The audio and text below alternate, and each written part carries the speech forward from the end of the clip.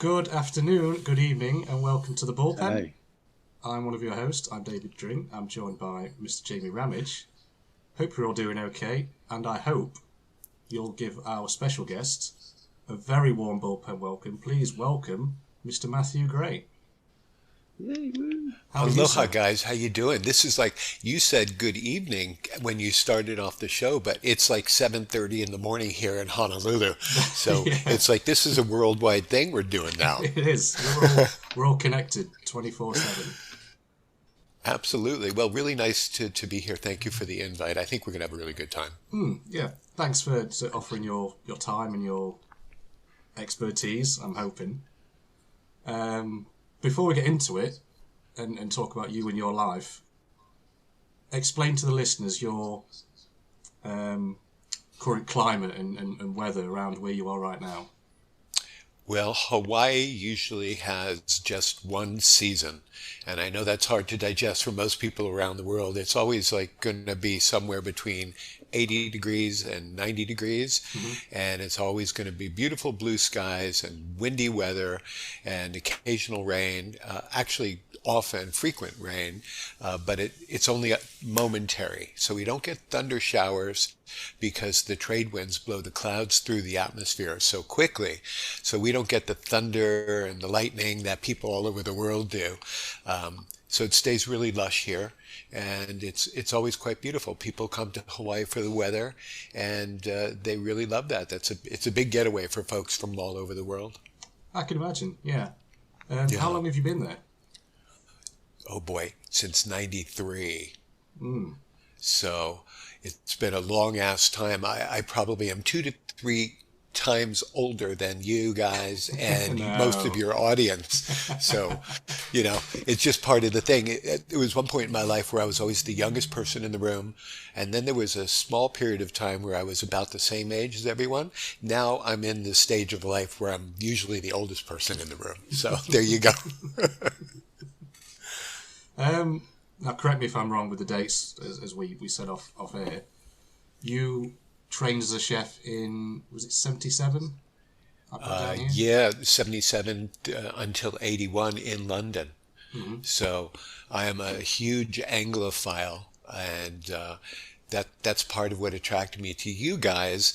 And of course, calling yourselves the bullpen was a major, positive because I'm a baseball freak. And Oh, so I couldn't believe that there are people from the UK who dig American MLB baseball. So that was a big part of why, I wanted to come on and chat with you guys about that. So which of the two of you, David, Jamie, are the bigger baseball fans? Are you both big baseball fans? ooh, that's a good Um, question. I think you've been a I fan for longer, Jamie. I have, but yeah, as a Red Sox this year, I haven't really been paying attention. So, um, and then obviously, Mr. Drink has been following the Padres, who are having one of their best seasons in a long, long, long time. Mm. So, Jamie, I'm sorry about the Red Sox. I send my condolences to you. And That's David, all right. congratulations to you. The Padres are kicking ass. They are. You can see behind me. I don't know if you can see in the camera. I've got Mr. Tatis Jr. there, who The has played most, the, a total of no minutes of yep, baseball yep. this season. He's like the most embarrassing and shameful person in the MLB this year. It's too bad because we were all looking forward to a great season by him. He made baseball very exciting. Hmm. Who do you follow as a fan? I'm a Yankees fan because I was born in New York Hmm. and grew up there till the age of 10. And that's when my family moved to Los Angeles. They didn't tell me right away, but I eventually caught up with them. And then I grew up in LA and, I did a lot of stuff there. And then I moved to Honolulu in '93. And I can't move any further west and still be in the United States. So, so yeah, mostly New York, LA, and Honolulu, aside from all that traveling that I've done. Um, what made you want to become a chef in the first place, Matthew? My mom was a really good housewife kind of cook, and we grew up in a family that we ate when times were good, and we ate when we needed to soothe our emotional spirit, and we ate during every kind of situation in between. So I grew up in a family that food was king, and it was the most important part of our life. So it was emotional, and it was physical, and it was flavor and architecture and all that stuff. So I learned that, wow, this is kind of nice. And so I used to use our pet dog when I was a little kid, like 3 years old. The dog's name was Happy. And I used to push Happy up against the little cabinet and step on him and as like a step stool to see what mom was cooking on the range. And I became enamored with food and flavor and aroma. And of course, this was 150 pounds ago, so now I couldn't step on a dog as a step stool. But that's where I learned. So when I was 3 or 4 years old, I fell in love with food, and one thing led to another. And I saw that, everybody loves to eat. No matter what food they eat, they love to eat, and they do it multiple times a day. And so I grew up into a person who wanted to make others feel good, and that was an easy way to do that, was to cook for others. Awesome, yeah. Yeah. Who are your culinary heroes, would you say? Wow. None of the people that you see on television are my culinary heroes, such as Gordon Ramsay, who's probably the most famous chef in the world, and Emeril Lagasse, who, started the whole thing rolling. So I would just have to say some of the people I studied under would be considered some of my heroes. So no big names, of course, maybe thinking about Julia Child, one of the originals, and of French classical cooking and that kind of thing. But I would say that most of my heroes are just regular folks like you who have put together wonderful food for me over the years, and I've enjoyed that. That's very kind, yeah. Yeah. So there's usually quite a meadery type portrayal of like chefs and stuff. Do you think that's a fair reflection, or do you think they get, what sort of deal do you think they get? Of which kind of portrayal? Kind of the really bossy kind of angry kind of dude. Well, that works for television, but it doesn't work in real life. As you know, if you treat people like crap, you're going to get some pushback. And so when I was running kitchens in the old days, I was nice to people, and guess what? Everyone did their job and everyone was happy, and we'd go out and we'd have drinks after the shift and all that kind of thing. But you can't get in anybody's face and be an angry dude and expect to get any sort of production out of your people. So what you see on food television is not reality in my mind. The 80s, Matthew, once you sort of qualified as a chef and you found your feet in the industry, what was that decade like for you? What were you mainly up to? Where were you working? That sort of thing. Well, after I returned from London back to Los Angeles, I hired an agent. People never heard of agents for chefs, but there are, especially in LA.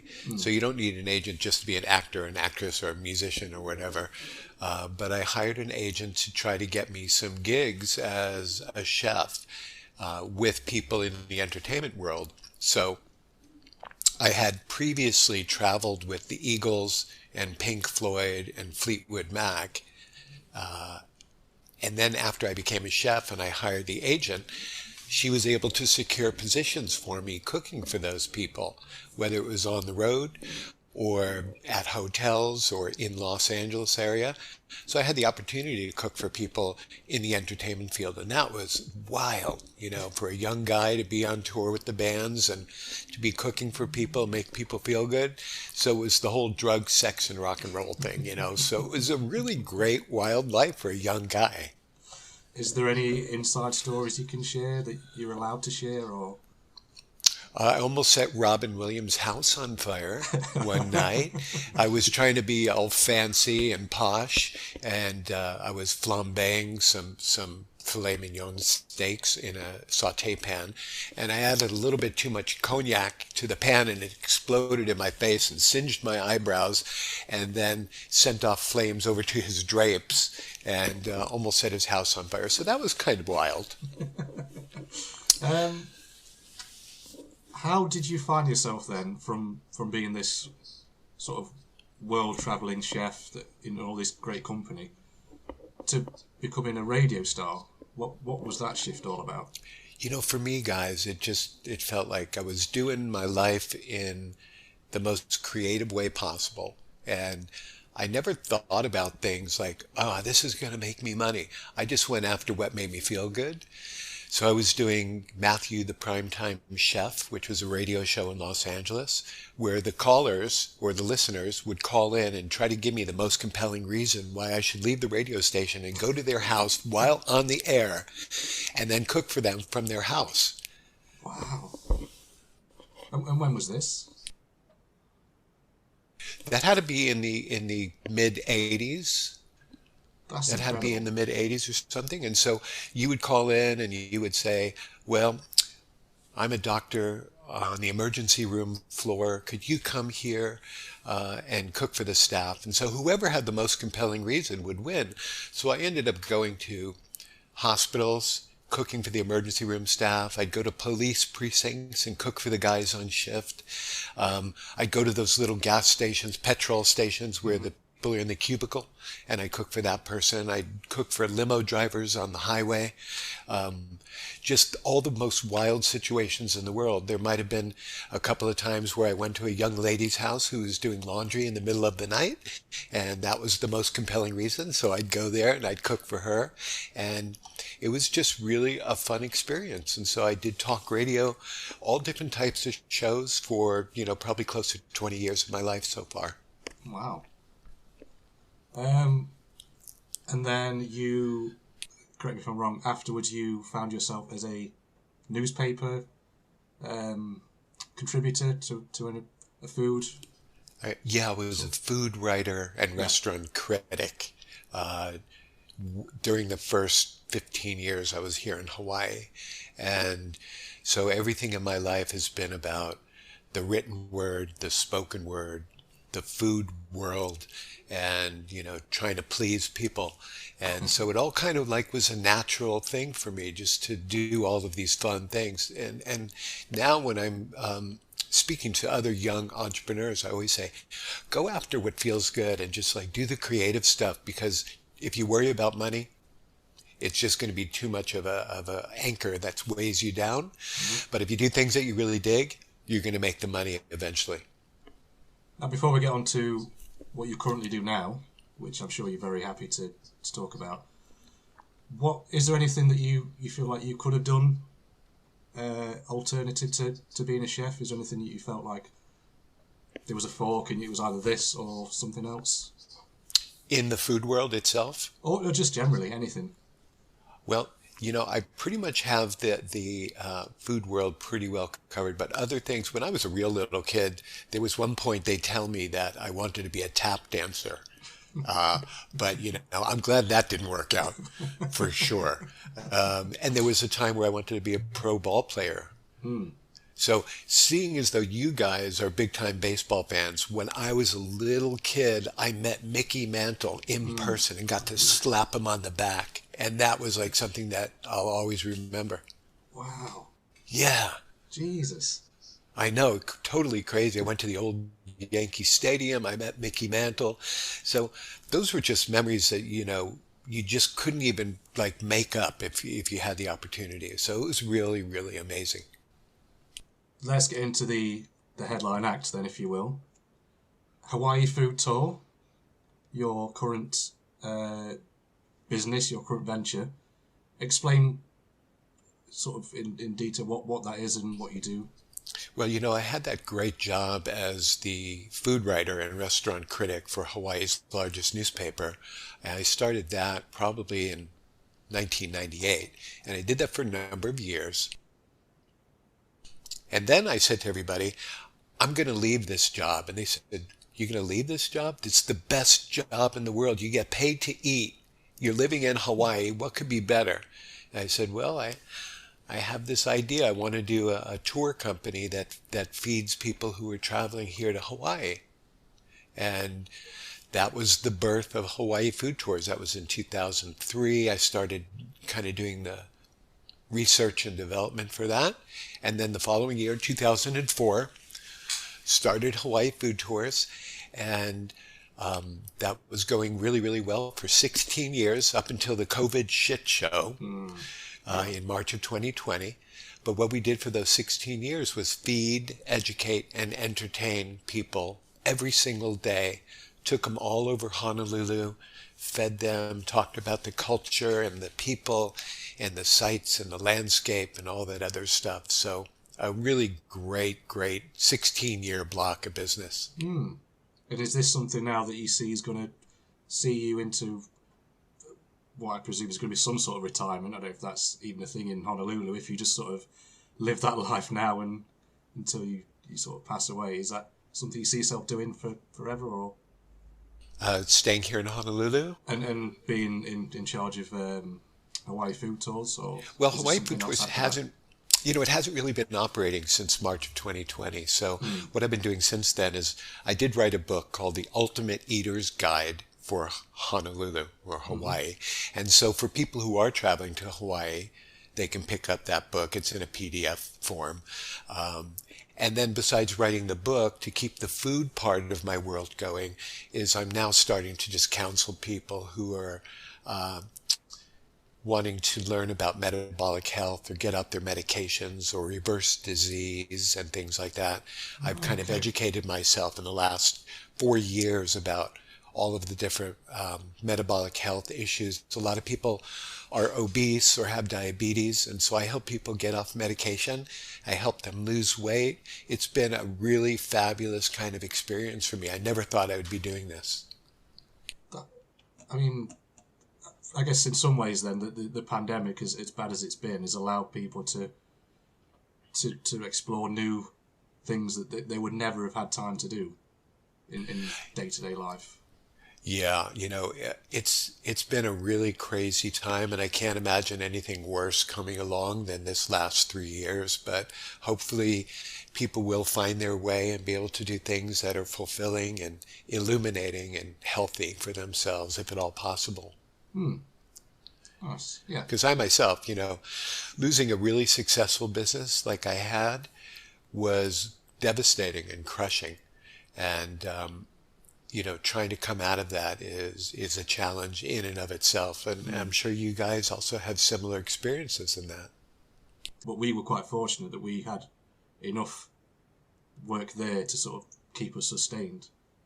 So I was quite fortunate, really. But I know a lot of other people weren't at all. Sort of people in the restaurant business and actors, people in theatres. It's just that their world stopped. I should ask you guys, Jamie, David, what do you guys do in real life when you're not interviewing people from all over the world and having a good chat? Go on, Jamie, you first. I work in education. I'm sort of like the second person in control of different classes. So that's been that was quite stressful over kind of the lockdown time, because there was lots of vulnerable kids that needed help. And then since then, it's still been a challenge because everyone's just trying to catch up. So, that's neat. It's cool. And it's good to talk to. It's good to talk to the younger ones as well. Sort of keep it young, fresh, sort of outlook on things. So. Do they have associations like Big Brother and Big Sister in the UK, like they do here in America? I'm not familiar with that. Jamie, are you? I don't think they do. I think there's I think it just goes school, and then sort of the government step in if they feel at times if they've got the funding. But there isn't really that sort of peer support, I guess. Which is a shame at times, I think. It's a really fulfilling work, isn't it?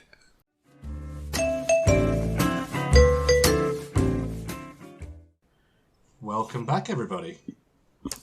We are joined by our esteemed, self-styled luckiest man in Hawaii, if I've got that right, Mr. Matthew Gray. Luckiest guy in Hawaii, definitely. Thank you for having me, guys. This is just a real blast. So, are we going to talk some baseball today, or what? Well, this half we can talk about anything you want.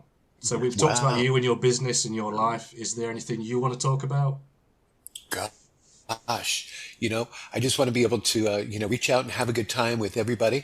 I want to be able to help folks, learn about food, recipes, health, getting off medicine, learning how to fight disease, all that kind of boring stuff, but very, very important. And definitely, if I'm on the bullpen, we should be talking a little bit of baseball. Go on then. Let's have fun. Question. Mm-hmm. Now, living in Hawaii, we're way back in time as far as the time zones are concerned. So if there's an afternoon game, let's say in New York, mm-hmm. the games don't start until like 6. They start like at 6 in the morning in Hawaii time. Yeah. How do you guys view MLB? And at what times? Is it on recording or is it live, or how does that work? It used to be recorded when I first started watching it. So they would kind of say, don't look at the score.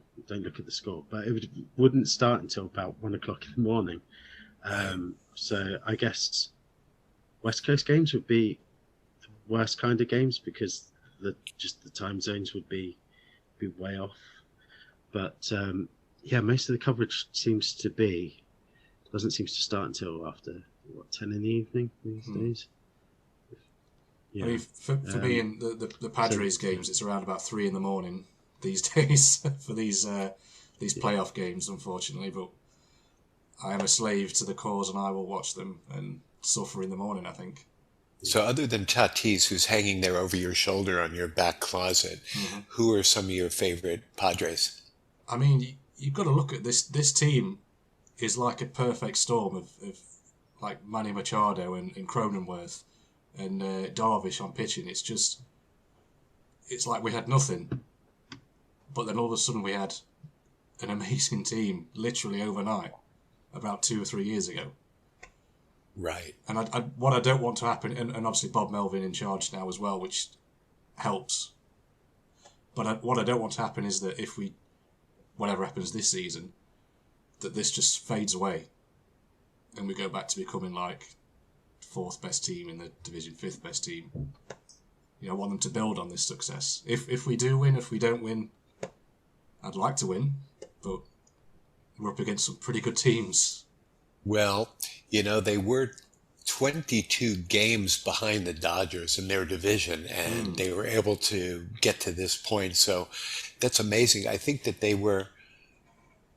won only 4 or 5 games out of 19 games throughout the season with the Dodgers. Yeah. So them being able to do what they're doing right now is that magic moment. Baseball can change from one day to the next. You could have the worst team against the best team, and they could take a short series, so you never know, right? I mean, we've said in other episodes, JB, that the season doesn't matter in the postseason. Mm-hmm. That record's gone. That you can, like, and the Red Sox proved that a couple of years ago, that they had like one half-fit pitcher in Chris Sale. Yeah. And still made it as far as they got, which is phenomenal. It's been fantastic just watching it. Will you be watching today's games? I didn't watch last night's, the defeat, which... if I'm going to lose a game, I'd like to really lose a game. When it's like 1-0, 2-0, it's like... Could we have just had 1 or 2 hits and saved this? But, well, they were getting close there, I think, in the last inning. Didn't they have a couple runners on with 1 out or less? Yeah. Yeah. Padres fashion, we found a way to snatch a defeat somehow. But it's crazy because the Padres, I don't know if they were the 5th or the 6th seed this year in the National League, but Philadelphia also, they were like in 3rd place in their division, and they're getting this far. So that's pretty mind-blowing right there. It is, and I think Jamie mentioned in the last episode where we beat the Mets before the Dodgers. They had an amazing season. Right. 101 wins or something like that. Right. But we went against them in pretty effective way. Yeah. So we'll see. I think fingers crossed to get this far is pretty phenomenal, actually. Do you find that a lot of your demographic isn't aware of baseball in the same way you are? Because I never thought that there were a lot of people who followed baseball in the United Kingdom. So that's why it kind of blew my mind when I learned that you guys were doing this show. Well, we do have this discussion with everyone we speak to. And we ask them the same questions and they ask us the same questions. How is it viewed over here? Like baseball, NFL, that sort of thing. And you've got things like the games that are starting to take place in London with the NFL, which helped that sport. London series. And then likewise with baseball, I think it happened once or twice so far. Right. Pre-pandemic. Yeah. And it's helped, I think. I think people are... I think it's just visibility of the sport, first and foremost. You can't really find it anywhere else on, like, sport websites. It's, like, way down. There's, like, a footnote. Unless it's the World Series when people are a bit more attentive, or, like, the Yankees are doing something, or the Dodgers are doing something. But I don't know, hopefully, like, more and more people do... And we've spoken to the two guys in Scotland who actually play for their own team. They run a team in Scotland, and a baseball team. Baseball team, yeah. Oh wow! And these little teams popping up now in the UK where, there's no funding, but what they have got is knowledge and maybe sometimes an ex-semi-pro that can help, and just the enthusiasm of the sport, and like eventually leagues will start up and there'll be championships, and with, as Jamie will mention, that not the World Cup, what's it called? There's a GB team now. The World Baseball Classic. Yeah, they're playing in Phoenix next March against Canada, Colombia, Mexico, and the US. Wow. So yeah. And from what I've heard, some people are actually quite optimistic about their chances as well. So I don't know whether that's depends on the quality of the other teams picking, because I guess that's kind of pre-season, isn't it, for MLB? So, but yeah, it's there is a very hardcore kind of group that follows it, and then even those that don't follow baseball will sort of still wear sort of New York Yankees kind of merchandise, so baseball caps and stuff. If you went up to them and said, "Can you name one of their starting players?" they wouldn't have a clue. So yeah, has got a consciousness in Britain, and even quite near here, Derby, they had a baseball ground. Which the football team played at as well. So yeah, there is some history with baseball in the UK. So, are the dimensions of baseball there in the UK the same dimensions as they are in MLB? 90 foot between the bases and 60 feet 6 inches between the pitching mound and the home plate and all that? I'm not too sure actually. No, they played at the old Olympic Stadium for one of the London series, and I think that was a lot smaller. It was quite a high-scoring game, so yeah. But we have been meaning to actually get to kind of a proper league baseball match and see what happens. But they usually played on quite open parks, so I'm not sure how that would work.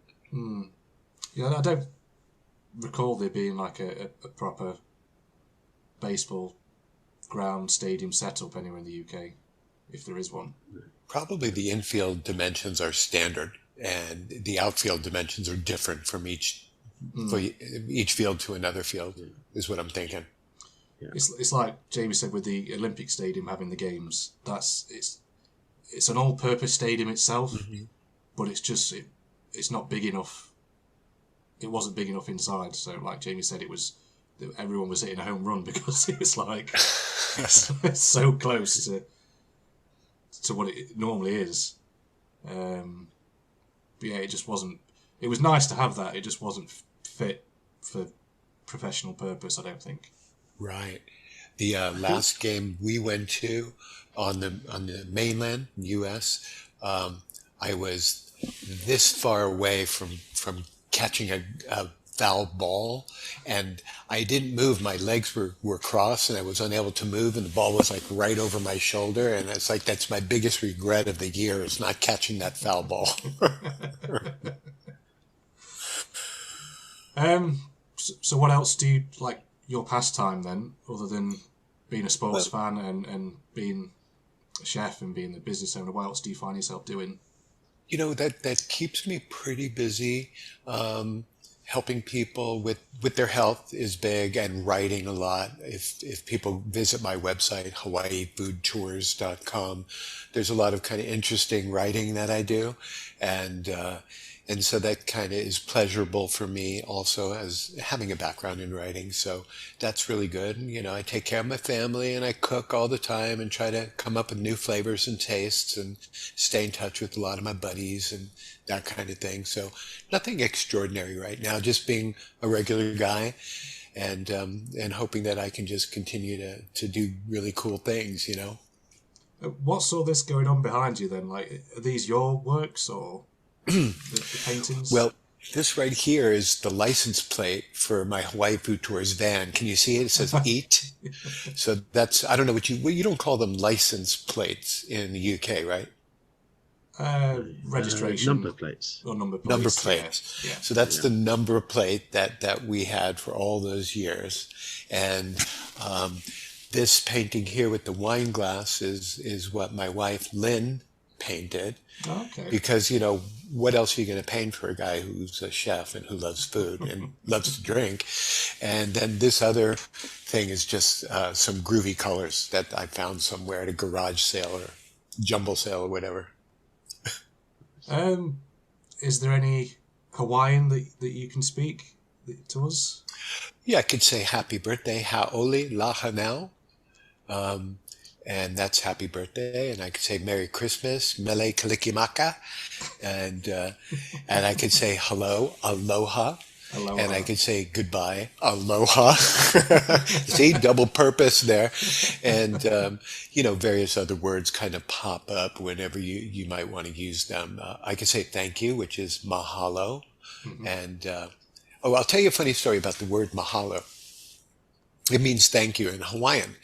But when I first moved there, I would see rubbish bins that had mahalo written on the side of it. And for the longest time, I thought the word mahalo meant rubbish bin. But it was actually, it means thank you, like for throwing away your rubbish. And so that happens to everybody who goes there for the first time. They see that word mahalo on rubbish bins. They think that means rubbish. But it doesn't. It means thank you for throwing it away. So Honolulu is a really interesting city, perhaps more international than almost any other city, with the exception of parts of New York. Mm-hmm. So very, very Asian culture, and a lot of white faces have moved to Hawaii from the mainland, and so it's kind of an interesting cross between a lot of people from other countries, a lot of people from the U.S. mainland. So it's kind of an interesting place. Have you guys been yet? I haven't been that far. Mm-hmm. I've been to the US a couple of times, but not as far as Hawaii yet. But it is on the list. It is definitely on the list. Before you come, let me know, and I'll give you all the information you need to have a great time. Appreciate it. Yeah, cool. Thank you. Hawaii is it's the only American state where it has a foreign flag on the flag. That's right. UK flag. Yeah. I think that's quite interesting. It is, Jamie. I think that Hawaii and Britain were very, very close in the early 1900s. I think our royal families at that time were extremely close. And I think our royal palace was the first building in Hawaii to have electric light, and in part due to our connection with the Brits, who helped us through a lot of that, was part of the reason why Hawaii became such a big, I guess, kingdom or neighborhood or whatever, was because of our wonderful relationship with you guys. Is it true That's cool. that Spam is a delicacy in Hawaii? Some people really, really love it, and a lot of people really, really hate it. And it's one of the things that we would definitely serve on our Hawaii food tours, only because it has that name recognition and the whole media thing, where people would say, "Oh, no, thanks." They turn their nose up to it. But what we do with Spam here in Hawaii is we slice it, saute it in a pan with some teriyaki sauce and put it on top of a piece of rice and then roll it in seaweed. So it's sort of like a piece of Spam sushi. And the word for that is called musubi. So Spam musubi is like Spam sushi. And there are lots of people here who totally love it. And there are a lot of people here who totally are repelled by it. But a big reason why it became so popular is because in World War II, the men who were fighting in Europe had canned rations, and Spam was a big ration that was given to the soldiers. And after the war, when the soldiers came back, they wanted to have Spam that they got used to while they were fighting. And so it became real big in Hawaii, especially because everything is shipped here, so you need to have things that have a long shelf life. And one thing led to another. Now Spam musubi is one of the biggest kind of snack foods here possible. I mean, in terms of crazy Um, food combinations, Jamie, is that up there with the fried Mars bar to you? I was just about to say something about that because, with some Scottish ancestry, everything just tastes better fried in batter. And Spam is a perfect example of that. You can get that at the local chip shop up the road, and that's very nice. I guess I have quite a beige kind of food colour palette. So, my experiences with food aren't really adventurous. But, that sounds good. You are so right, Jamie. Anything that's battered and fried, I'm there. And definitely when I was living in London for those years, I fell in love with doner kebabs. And still to this day, if I ever have an opportunity at that, I will jump at the opportunity to eat that. It's the perfect example of something that is so bad for you, but it is just incredible if you've been drinking. It is delicious no matter what time of day you have it, whether or not you've got alcohol coursing through your system or whether or not you're just hungry for something just damn good. So people would always say when I was in London, locals like you guys would say, "Why do you want to have that, mate? It's garbage." I said, "Bring it on. I'm fine with that." It's like, what else are you going to eat, right? It's like, is there such a thing as junk food in Honolulu? And do you have do you have McDonald's and that sort of thing there? Or? Definitely. All of the junk food places exist here. However, my role as a foodie ambassador for Hawaii is to always steer people away from the junk food. I always say, don't go to any of the chain restaurants because you can get that back home. So you're here in Honolulu. We're an international city. You want some great food? Let me tell you where to go.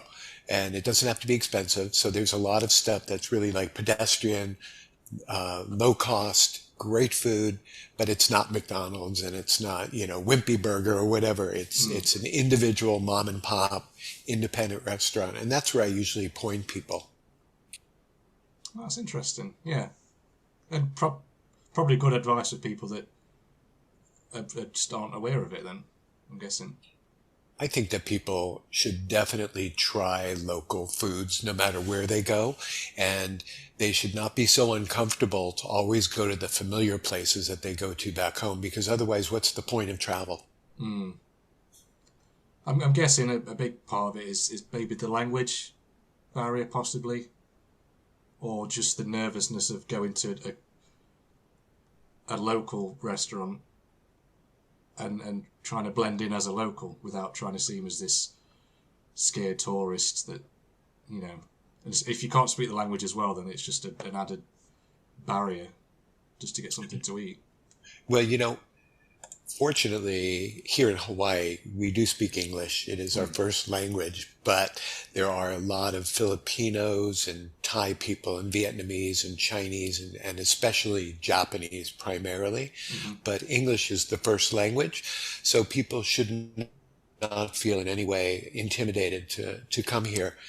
Yeah, it's a little unusual, but you can get by with just plain old English, and people will love your accent if you come here. That's one thing. Americans are suckers for the language and the speakers from the United Kingdom. It is true. Yeah, I don't know what it is. It's just this magical effect that we have on the American people. I know. I wish it was the other way around as well. I wish that you guys enjoyed our accents, but for right now, we love yours for sure. I asked you off air a couple of days ago to name something underrated and overrated. And it could be anything. Absolutely anything. As spicy as you want it to be. And we've had some spicy opinions, let me tell you that.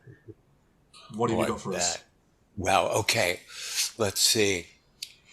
I put a lot of thought into it when you asked me that question, and now I'm having a little bit of a brain fart. So maybe we'll have to come back to that after I try to reorganize my brain. How does that sound? That's good, yeah. Oh, gosh. That's a great question. Anything you want to ask us? Yeah, I wanted to know, do you guys have any sort of a special method as far as doing your recording and getting it out to people in a marketing sense? That part of it, I think, is something that it feels like you either don't do it or it just comes so naturally that and there's just no in between. And I just think we promote it as well as we can. It's on Facebook, it's on Twitter. You can find it on Spotify, Apple, Amazon, but it is getting it from A to B. That is the secret ingredient, really. And I don't think yet that we've figured that out. But if you've got any tips of how, I'm guessing you had this with your business to advertise your business. What worked for you? Well, you have to reach out to folks who can help. And so if I were to promote you, which I will, mm-hmm. I would put you guys on my website. I would put you guys on my social connections, and I would ask you to submit and contribute a little written piece about yourselves. So then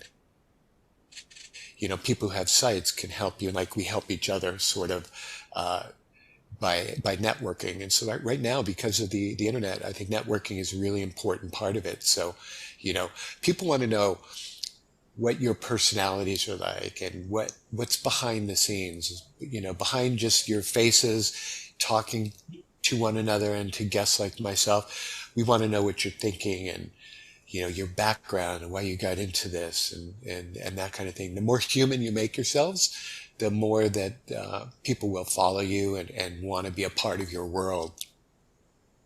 That's really good advice, and we appreciate that. That's very nice of you. Because you both have a really great kind of comfortable style with each other, but the more that you share about your background and your desires and your dreams and your wishes, the more that we become engaged with you, want to listen to you, want to watch you, want to learn more. Yeah. A friend of a relative of a friend was saying that what they particularly enjoyed about the podcast was my little cricket rants. They found them quite entertaining.